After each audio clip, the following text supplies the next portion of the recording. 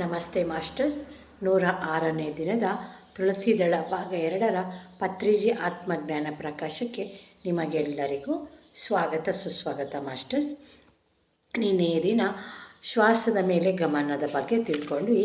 ಇವತ್ತು ಇರುವುದೆಲ್ಲ ಹ್ಯಾಪಿಯೇ. ಜೀವನ ಎನ್ನುವುದು ಆಗಿಂದಾಗ ನೂತನವಾಗಿ ಇರುತ್ತದೆ.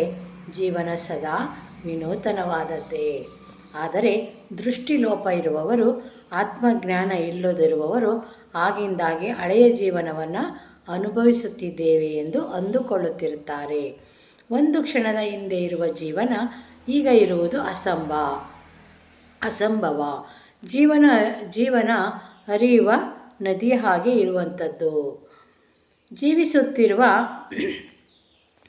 ಹಳೆಯ ನೀರು ಪ್ರವಹಿಸಿ ಸದಾ ಹೊಸ ನೀರು ಬರುತ್ತಲೇ ಇರುತ್ತದೆ. ಅದೇ ರೀತಿ ನಮ್ಮ ಜೀವನದಲ್ಲೂ ಕೂಡ ಹಳೆಯ ಕ್ಷಣಗಳು ಹೋಗಿ ಹೊಸ ಕ್ಷಣಗಳು ಬರ್ತಾನೆ ಇರುತ್ತೆ.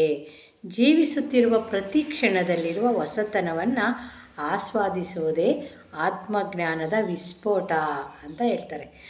ಧ್ಯಾನ ಎಂದರೆ ಶ್ವಾಸವನ್ನು ಗಮನಿಸುತ್ತಾ ಕಣ್ಣುಗಳನ್ನು ಮುಚ್ಚಿಕೊಂಡು ಆಲೋಚನಾರಹಿತವಾಗಿ ನಿಶ್ಚಲವಾಗಿ ಕುಳಿತುಕೊಳ್ಳುವುದು. ಕಣ್ಣುಗಳು ತೆರೆದಿರುವಾಗ ಗಮನಿಸುವ ಪ್ರತಿ ಕ್ಷಣದಲ್ಲಿರುವ ಹೊಸತನವನ್ನು ಆಸ್ವಾದಿಸುವುದು ಜ್ಞಾನ. ಧ್ಯಾನ ಎಂದರೆ ಕಣ್ಣು ಮುಚ್ಚಿ ಕುಳಿತುಕೊಳ್ಳುವುದು. ಜ್ಞಾನ ಅಂದರೆ ಕಣ್ಣುಗಳು ತೆರೆದಿರುವಾಗ ಗಮನಿಸುವ ಪ್ರತಿ ಕ್ಷಣದಲ್ಲಿರುವ ಹೊಸತನವನ್ನು ಆಸ್ವಾದಿಸುವುದೇ ಜ್ಞಾನ. ನಿಜಕ್ಕೂ ಈ ಜೀವನ ಯಾವಾಗಲೂ ಆನಂದವಾಗಿಯೇ ಸಾಗುತ್ತದೆ. ನಿಜಕ್ಕೂ ದುಃಖ ಎನ್ನುವುದು ಪ್ರಕೃತಿಯಲ್ಲಿ ಎಲ್ಲಿಯೂ ಇಲ್ಲ. ಸಾವೇ ಇಲ್ಲದಿರುವಾಗ ದುಃಖ ಎಲ್ಲಿದೆ? ಆತ್ಮಜ್ಞಾನವಿಲ್ಲದ ಮಾನವನು ದುಃಖವನ್ನು ಅನುಭವಿಸುತ್ತಿದ್ದಾನೆ. ಆತ್ಮಜ್ಞಾನಿಗಳಿಗೆ ಮಾತ್ರ ಎಲ್ಲಿ ನೋಡಿದರೂ ಹ್ಯಾಪಿಯೇ. ಇರುವುದೆಲ್ಲ ಹ್ಯಾಪಿಯೇ ಇರುವಾಗ ಆಗಿಂದಾಗ ಇನ್ನೂ ಹೊಸದಾಗಿ ಬರುತ್ತಿರುವುದೆಲ್ಲ ಇನ್ನೆಷ್ಟು ಹ್ಯಾಪಿ.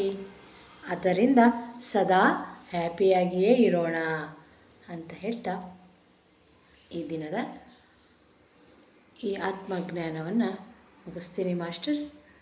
ಎಲ್ಲರೂ ಆನಂದವಾಗಿ ಆರೋಗ್ಯವಾಗಿ ಇರೋಣ. ನಾವು ಈ ದಿನದ ಸಂಕಲ್ಪ, ನಾವು ಆನಂದವಾಗಿದ್ದೇವೆ, ನಾವು ಆರೋಗ್ಯವಾಗಿದ್ದೇವೆ ಅಂತ ಸಂಕಲ್ಪ ಮಾಡೋಣ masters. Thank you so much masters. ಜೈ ಹೋ ಪತ್ರಿಜಿ, ಜೈ ಹೋ ಪತ್ರಿಜಿ, ಜೈ ಹೋ ಪತ್ರಿಜಿ.